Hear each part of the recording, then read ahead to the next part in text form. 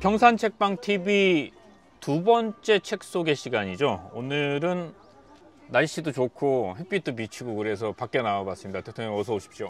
예, 우리 평산책방 마당이에요. 네, 오늘 또 주변에 손님들도 이미 오시고 그러고 계셔서 중간중간 여러 가지 소리들이 들릴 텐데 여러분들 보시는 분들 양해 부탁드리고요. 오늘은 어떤 책을 소개해 주시겠습니까? 오늘은 꼭 내가 소개한 게 아니라 우리 TV 측에서 네. 운명책을 다루자고 하네요. 네, 맞아요. 예. 저희가 운명을 좀 다뤄보자고 했습니다. 예. 예. 그래서 이게 어찌 보면 내 첫 책이죠. 그렇죠. 어찌 보면 내가 정치에 뛰어들게 된 네.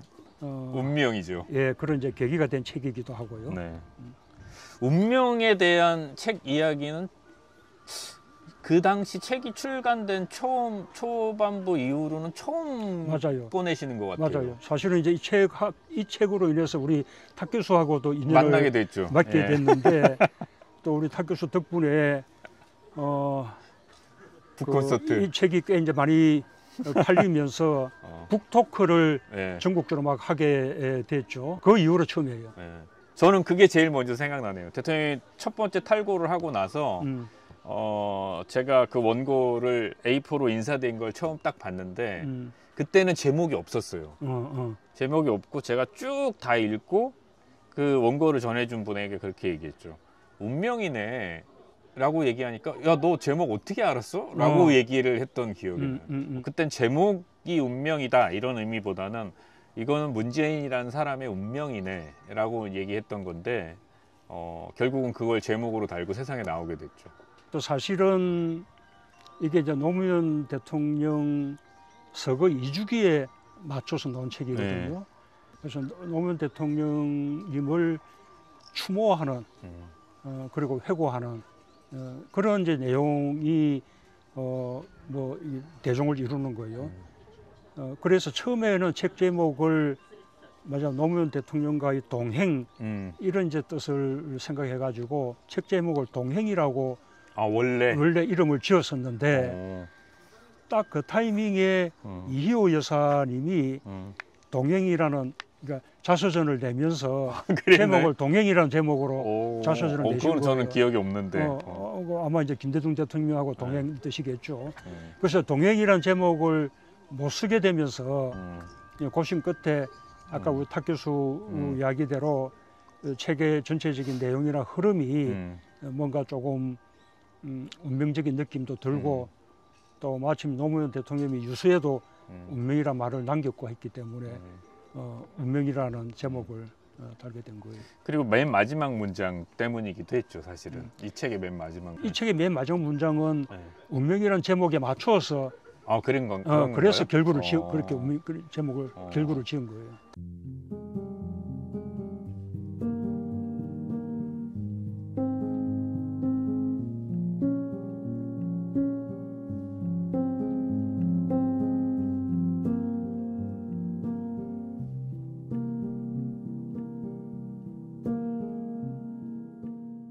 당신은 이제 운명에서 해방됐지만 나는 당신이 남긴 숙제에서 꼼짝하지 못하게 됐다. 예. 이 뭐 두 문장이 이 책을 처음 원고의 형태로 읽어봤을 때 뭔가 애틋하기도 하고 슬프기도 하고 뭔가 약간 저는 두근거리는 마음도 있었던 것 같아요. 이 원고를 처음 봤을 때. 아까 잠깐 언급은 하셨습니다만 왔니? 사실은 북콘서트 혹은 북토크라는 형식도 사실 이 책으로부터 비롯된 거거든요. 그전에는 없었나요? 그 이전에는 전부 출간 기념회, 정치인들은 출판 기념회 이런 거였고 그 즈음에 제가 김재동 씨랑 토크 콘서트를 연출하고 있을 때였어요. 그래서 그 토크 콘서트의 일부 형식과 책을 출간하고 출판 기념회 하는 일부 형식을 합쳐서 책을 모티브로 한 토크쇼를 만들어 봐야겠다 해서 북토크라는 거를 만든 거였죠. 구기동에 사시는 김정숙 씨와 그 남편 올라왔습니다.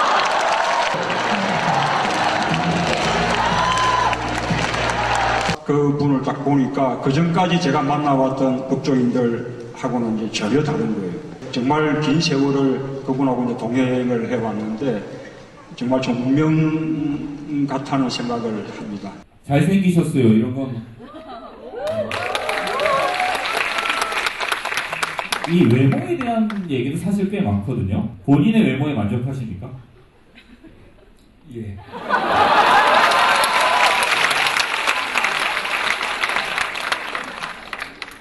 아니 실제로 무슨 잘생겼다 이런 것보다도요.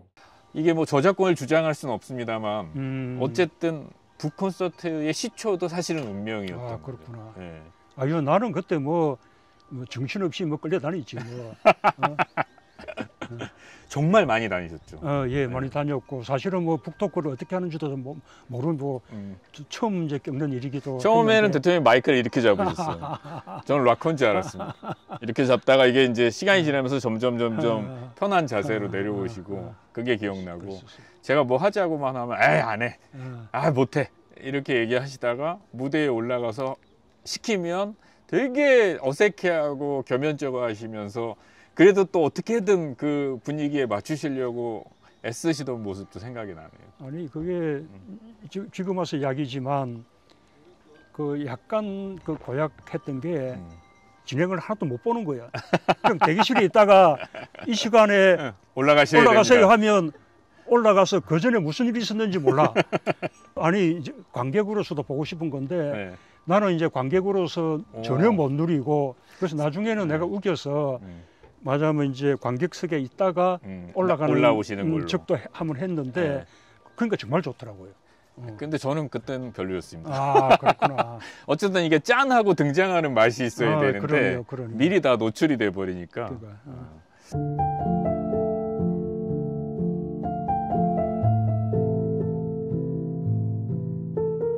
2011년입니다. 책이 나온 게. 그리고 이제 2025년이니까 14년 횟수로 15년 가까이 됐는데 혹시 간혹 다시 열어보실 때가 있습니까? 네, 그럼요. 노 대통령과의 관계 외에도 15년의 세월이 주는 또 다른 느낌도 있으실 것 같기도 한데 이 책을 다시 읽으시면서 대통령이 되기 전에 썼던 책과 임기를 마치고 돌아와서 다시 읽었을 때 그런데 여전히 아파요. 아주 날카롭게 아픈 게 아니라 뭉글하게 막 둔중하게 아픈 그게 여전히 남아 있어요. 그 옛날에 그 정혜신 네. 그 박사 정신과 의사 그분이 우리 이제 아주 노무현 대통령의 서거를 겪었던 청와대 사람들 한번 트라우마에 대한 심리 상담 같은 것을 받을 필요가 있다고 아주 이제 적극적으로 여러 번 권했는데 우리가 이제 못했죠. 그렇죠. 그런데 세월이 흘러도 그 아픔은 가시지 않는 게 있는 것 같습니다. 그 말씀이 저도 조금 들으니까 아프네요. 그 뾰족하게 아픈 게 아니라 뭉근하게 계속 묵직하게 아프다는 말씀이 이해가 좀 가기도 하고.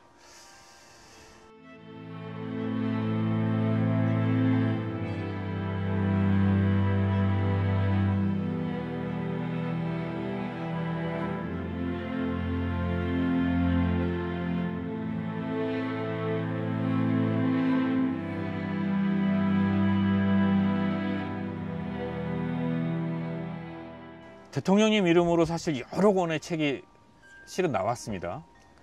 역시 운명이 대통령이 선택하시는 나의 책 중에 첫 번째 책이자 가장 완성도 높은 책이라고 그렇습니다. 생각하시죠? 예, 역시 책을 몇 권 이제 써보니까 이렇게 공을 많이 들인 그런 책들이 그만큼 반응도 좋더라고요. 운명 이 책은 아까 그 노무현 대통령이나 참여정부에 대한 회고인데 내 그 목표는 어떤 노무현 대통령의 어떤 진심, 또 참여정부의 진정성 이런 것을 알리고 싶었던 거예요. 당시 그에 대한 평가가 굉장히 왜곡돼 있었기 때문에 그 왜곡된 평가들을 말하자면 혼신의 힘으로 좀 바로잡고자 노력했던 그런 책이에요. 저는 뭐 감히 말씀드립니다만 이런 식으로도 이야기할 수 있을 것 같은데 문재인의 운명은 문재인이 보여요. 그래서 저를 포함한 많은 사람들이 사실은 문재인을 더 보고 싶어하는 분들도 있을 거거든요. 근데 아직 거기에 대한 책은 나오지 않은 것 같아요. 혹시 뭐 운명 2가 될지 아니면 그 또 다른 이름이 될지 그 문재인이 보이는 책을 쓰실 계획이나 생각은 안 하십니까? 그래서 사실 이제 이런 일종의 이제 자서전이나 회고록인데 내가 이제 태어날 때부터 변호사가 되고 그다음에 또 참여정부에서 일하고 노무현 대통령과 함께하고 그러다가 노무현 대통령의 서거를 맞이하고 노무현 재단 활동을 하는 때까지 그 기간 동안 내 생애를 돌아본 거거든요. 이제 그 이후부터 그쵸, 지금까지라는 게 하나의 이제 숙제로 남아 있죠. 숙제는 언제 하실 생각이십니까? 글쎄요. 아유 힘들었어 뭐. 숙제를 빨리 하셔야 될 것 같은데. 요것도 좀 여쭤보고 싶은데 문재인 정부를 다룬 또 많은 책들이 나왔었잖아요. 그 중에 가장 잘 다뤘다라고 생각하는 책이 어떤 책입니까? 모르겠어요. 모르겠다고요? 다시 한번 생각해 보시죠. 한 권이 딱 떠오르지 않으십니까? 왜 말을 못 하시죠? 미스터 프레지던트가 가장 잘 다뤘다고 생각하지 않습니까? 맞아요. 네. 억지로 맞아요라고 하지 마. 야, 편집 똑바로 해. 요즘도 운명을 읽는 분들이 있어요. 그 중에는 의외로 외국인 분들이 꽤 있어요. 그리고 실제로 번역된 운명이 중국에서 상당한 인기를 끌고 있고 제가 알기로는 그 책을 읽은 분들이 또 여기 평산에 방문해서 대통령 직접 만나 뵙고 싶어 하기도 하고 또 여기 와서 또 그 책을 만나기도 한다는데 그거는 전혀 예상하지 못하셨던 일이잖아요. 근래 와서 이제 더 좀 뜻깊게 생각되는 것은 이제 일본 뭐 그 번역본은 그저 뭐 그런데 이 중국 그 번역본이 중국에서 꽤 많이 이제 팔린 데 이어서 근래에 이제 중국 이렇게 그 사람들이 평산 책방을 많이 방문들 합니다. 네, 이게 또 나오겠네요. 문재인 중국 유착설.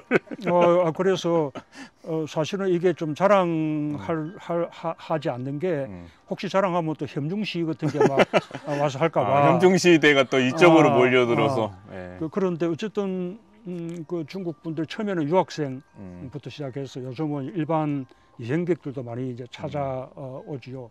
근데 이분들이 요 운명 중국어판을 읽고 이 속에 담긴 내 삶의 이야기 또 나와 노무현 대통령과의 관계 이야기 뭐 이런 것이 또 두 사람의 우정, 의리 뭐 이렇게 이야기되고 거기에 또 약간 동양적인 어떤 가치로 조금 뭐 좋게 다뤄지기도 하면서 그러면서 이제 더 많이 이제 찾아오는 거예요. 참 신기했거든요. 중국 분들이 여기까지 와서 이 책을 사거나 이 책을 알고 대통령을 만나러 온다고. 그래서 도대체 이유가 뭘까? 근데 그 얘기를 하는 걸 들었어요. 지금 말씀하셨던 대통령과 노 대통령과 문 대통령 간의 인간적인 의리 그걸 지키려고 하고 또 아껴줬던 그 두 사람의 관계 이런 게 어떤 소설보다 훨씬 더 뭉클하게 다가왔다라고 그 소감을 얘기하는 걸 봤거든요. 그래서 우리가 느끼지 못했던, 그러니까 제가 느끼지 못했던 다른 방면의 독서법 혹은 후기를 갖고 있구나 그런 생각이 들었습니다. 아마 이제 중국 사람들이 이제 오는 이유가 이제 또 하나는 이제 그들은 이게 정치 그 지도자들과 한테 가깝게 못 가잖아요. 예를 들면 뭐 시진핑 주석하고 뭐 이렇게 악수를 한다거나 이런 거 꿈도 못 꾸죠. 이제 여기는 이제 비록 전임 대통령이긴 하지만 오면 함께 뭐 손잡고 사진도 찍고 대화도 좀 나눌 수도 있고. 그래서 그때 왜 중국 가셨을 때 혼밥했다고들 그 난리를 부리는 그 중국 아침 식당 그게 그렇게 인기래요, 대통령 지금도. 그 식당도 그 마케팅으로 지금 이제 엄청 돈 많이 벌었다고 이제 번창하고 있을 뿐만 아니라 그 이야기가 중국 사람들에게는 미담이 돼가지고 그러니까요. 지금도 오는 방문객들이 그 이야기를 해요. 어쨌든 그것도 뭐 본의 아니게 어쨌든 그것 때문에 많이 또 알려져서 결과적으로는 그 식당도 잘 되고 저희도 뭐 에피소드 하나를 더 갖게 된 것 같습니다. 자, 마지막 질문 하나만 더 드리고 마치겠습니다.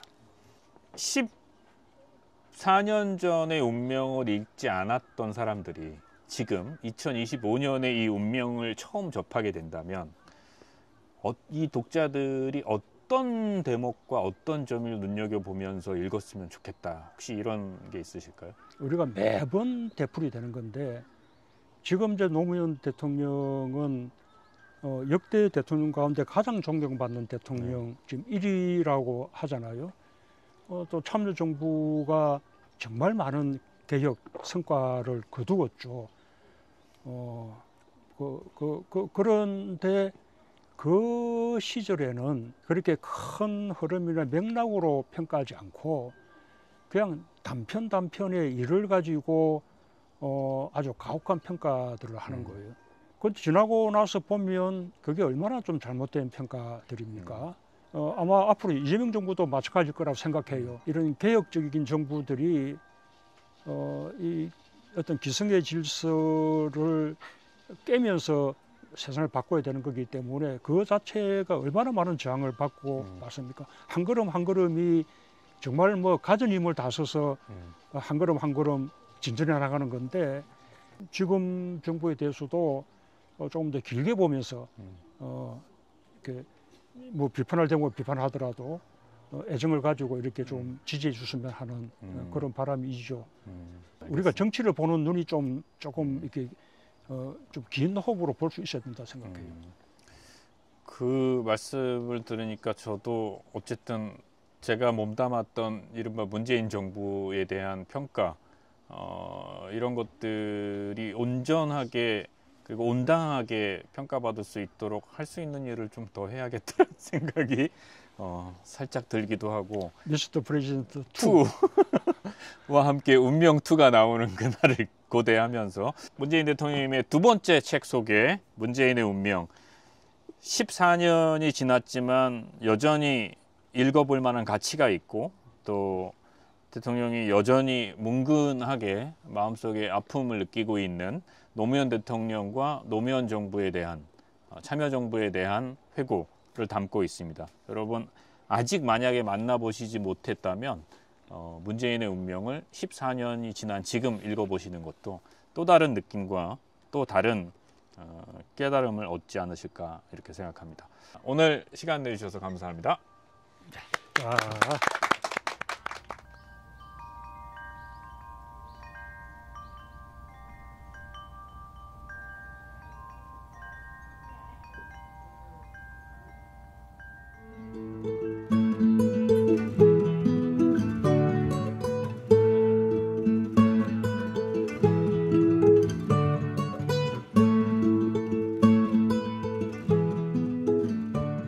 이번 주 쓰는 사람은 여러분 너무 좋아하시고 또 많이 알려지신 분이기도 하고 다른 데서 이미 인터뷰도 많이 하셨더라고요. 저희가 좀 독점적으로 하고 싶었는데 하지만 뭐 이제라도 모셔서 매우 다행이다 이런 생각이 듭니다. 김미옥 작가님 모셨습니다. 어서 오십시오.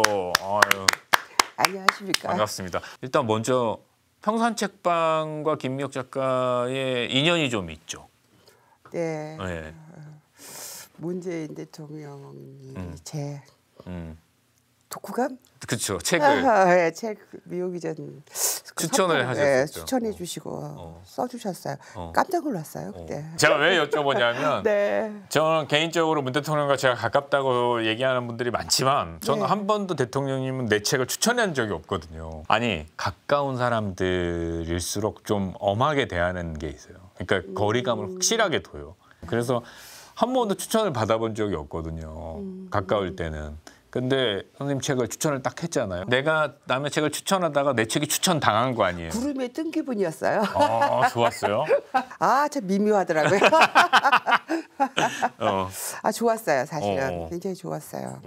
어떤 면에서 좋았습니까? 그러니까 정치색 전혀 없이 그냥 문화 예술 쪽으로 문학 쪽으로 하나의 작품으로 저는 그런 그러니까 모든 사람이 여러 가지 면이 있잖아요. 그렇죠. 다각적인 면이 있는데 한 면이 나와 맞닿는다는 게 상당히 기뻤어요. 독서가로서. 네, 독서가라서. 그 점은 뭐 두 분이 활자 중독자들. 맞아요. 예.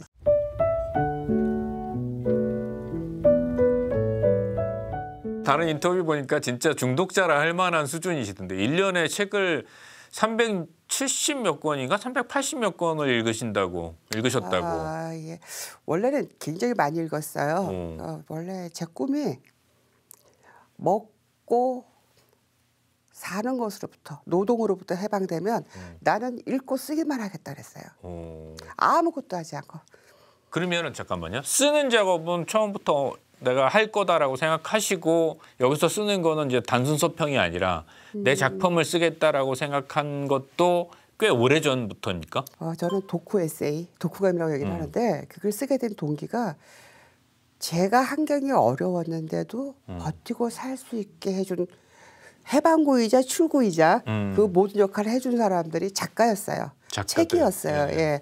그래서 저도 이제 은혜를 갚아야 되지 않나 생각이 늘 있었어요. 가정 환경, 뭐 가정 교육이 전무하고 사회에서 특별히 제대로 된 정규교육을 못 받는 상태에서 그나마 일종의 이정표 역할을 해준 게 책이었거든요.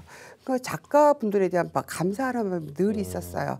그랬는데 제가 보니까 책이 너무 안 팔리는 거예요. 이거 좋은 책인데. 좋은 책인데 그리고 초판에서 끝나는 경우가 많아요. 그렇겠죠. 1년에 7만 종 이상의 책이 나오거든요. 그런데 눈에 띄는 책은 몇 권 안 돼요. 뭐 그렇죠. 네. 10%가 뭐예요? 10% 100%도 0.1%? 0.1% 정도라고 네. 저는 봐요. 그리고 그것도 홍보 효과도 있고 부익부 빈익빈 비슷하게 대형 출판사가 승리하는 뭐 그런 느낌도 있고 그래서 제가 서평을 쓰기 시작한 기준이 있었어요. 어떤 기준이었습니까? 작은 출판사. 그리고 알려지지 않은 작품. 그러나 좋은 작품. 그런데 읽을 많고 괜찮은 책을 찾는다는 게 이게 쉽지 않잖아요. 저는 저를 믿었어요.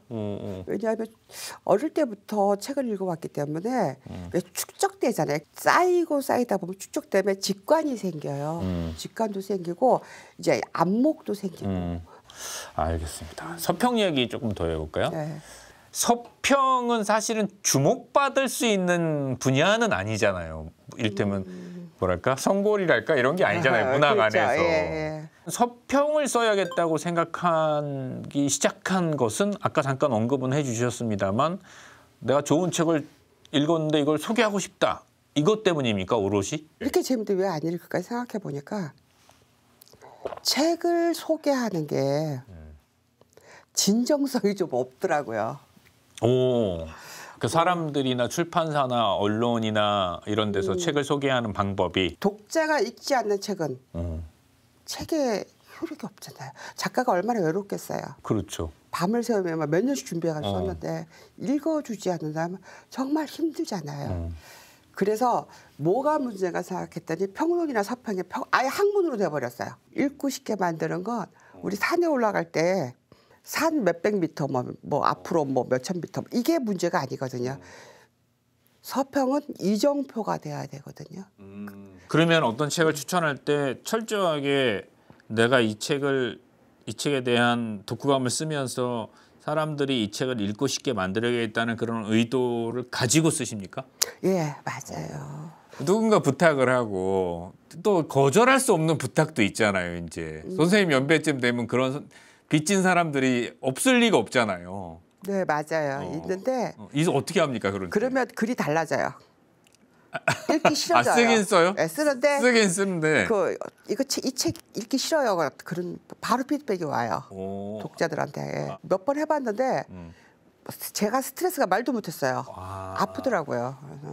그 정도였고. 네, 그래서 저 아예 안 해요.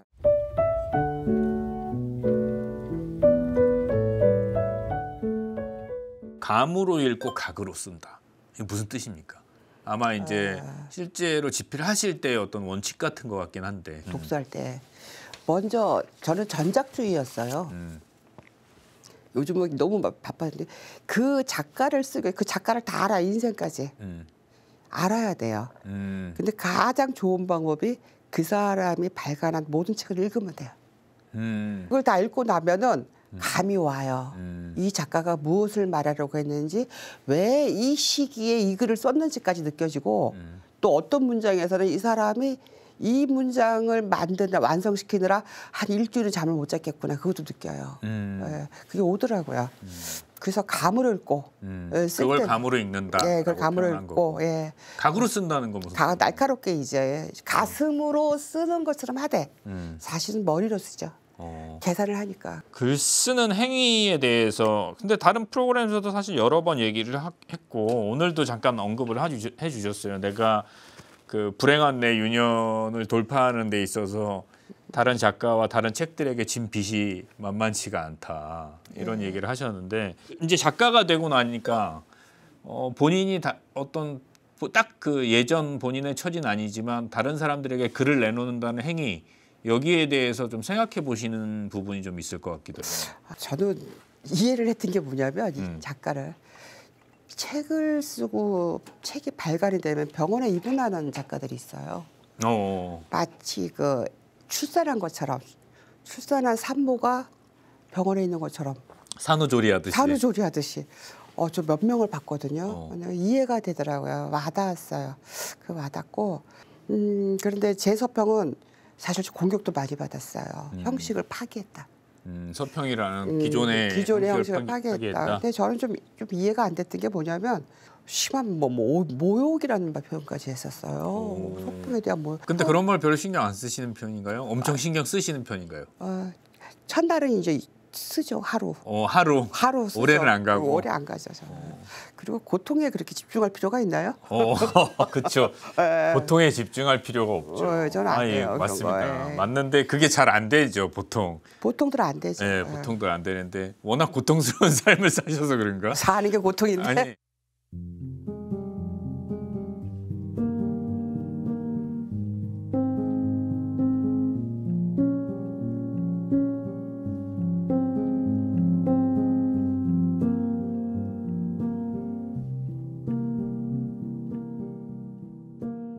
그 어렸을 때 얘기를 하는 말씀하시는 다른 인터뷰를 제가 본 적이 있는데 뭐 이건 표현이 좀 적나라하게 들릴지 모르지만 지질이 못 사셨더라고요. 지질이 정도가 아니었어요. 흩어지기도 하고 말했으니까. 찢어진다라 진짜 찢어졌어요.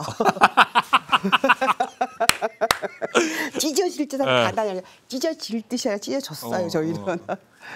그래서 그 상황이면 그래서 뭐 중학교 대신 공지한 가셨고 그다음에 아니요, 6학년 국민학교 초등학교 졸업장이 아예 없었어요. 국민학교도 아직 그러면 졸업을 안 하신 졸업을 거예요? 못했다가 이제 교과서만 안 사준 게 아니었어요? 아니었어요. 6학년 1학기 때 공정을 보냈어요. 13살 지금 다 한 12살 때 그때 공정을 보내더라고요. 엄마가. 그때 이제 친어머니시잖아요. 네, 친엄마예요. 오늘도 이렇게 얘기를 나눠보면 이게 누가 붙인 건지 아니면 선생님이 스스로 얘기하신 건지 모르겠는데 나는 명랑하다. 나는 명랑한 편이고 명랑한 글쓰기 작가다. 이렇게 설명되거나 소개된 걸 제가 본 기억이 있어요. 근데 살아오신 삶의 이력은 유쾌한가 명랑한가는 사실 상당히 거리가 있잖아요. 있었다고 볼 수 있잖아요. 물론 그것조차도 편견일 수 있습니다만 일종의 방어 본능이자 자기 보호 기제입니까? 아니면 정말 명랑합니까 세상이? 저는 그런 얘기하면 재즈 얘기를 많이 해요. 이렇게 원래 재즈의 그 발언이 그 흑인 노예들한테서 많이 나왔잖아요. 그렇죠. 네. 그런데 얼마나 비참했어요. 하지만 슬픔을 숨기는 거, 비극을 얼마나 많이 숨기냐에 따라서 얼마나 명량하냐에 따라서 음악이 달라져요. 재즈도 특히 스윙이잖아요. 흥이 생기고. 그래서 저는 내 글은 재즈라고 생각하면 된다 그렇게 얘기를 해요. 그 마일스 데이비스에게 누군가가 물어봤을 때 스윙이 뭡니까? 그랬더니 스윙 이즈 스윙. 그게 되게 유명한 말이라고. 원래 미오기 전 출판사에서 제목을 지어가지고 가져보니 왔는데 세상은 냉정해도 나는 다정하리 하고 왔어요. 아니 그런 식의 제목이 어떤 느낌이냐면 엄마 찾아 산말리. 그러니까 고난을 딛고 성공한. 저 하늘에도 슬픔이 막 그런 분위기인 거예요. 제가 청승을 배제하는 스타일인데.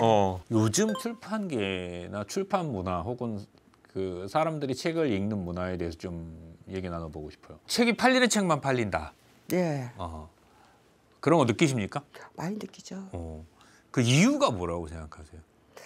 우리가 너무나 언론 미디어에 너무 많이 노출돼 있어요. 그리고 사람들이 헐리우드 호흡에 익숙해요. 그 프랑스 영화의 호흡은 느리잖아요. 느리고 복잡하고 이제 그걸 못 참아요. 이해를 못하는 게 아니라 못 참아요. 그래서 글도 단문이 좋아요. 단문. 저 같은 뭐 호흡을 끊어서 빨리빨리 넘어가는 거 그런 걸 좋아하고 작년에 국제도서관 갔을 때 젊은 사람들이 모이는 곳이 판타지 SF.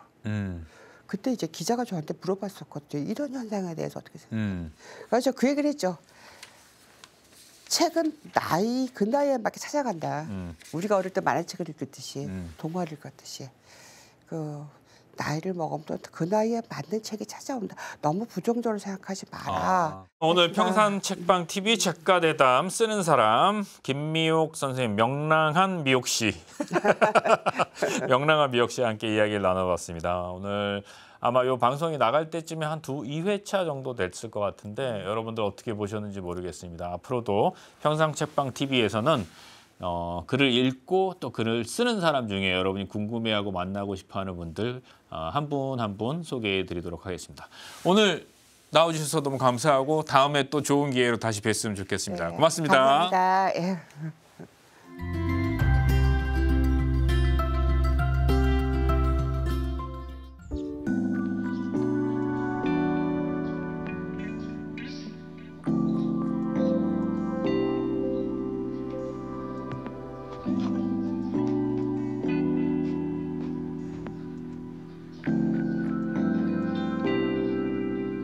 어서 오십시오. 책마을 혜리입니다.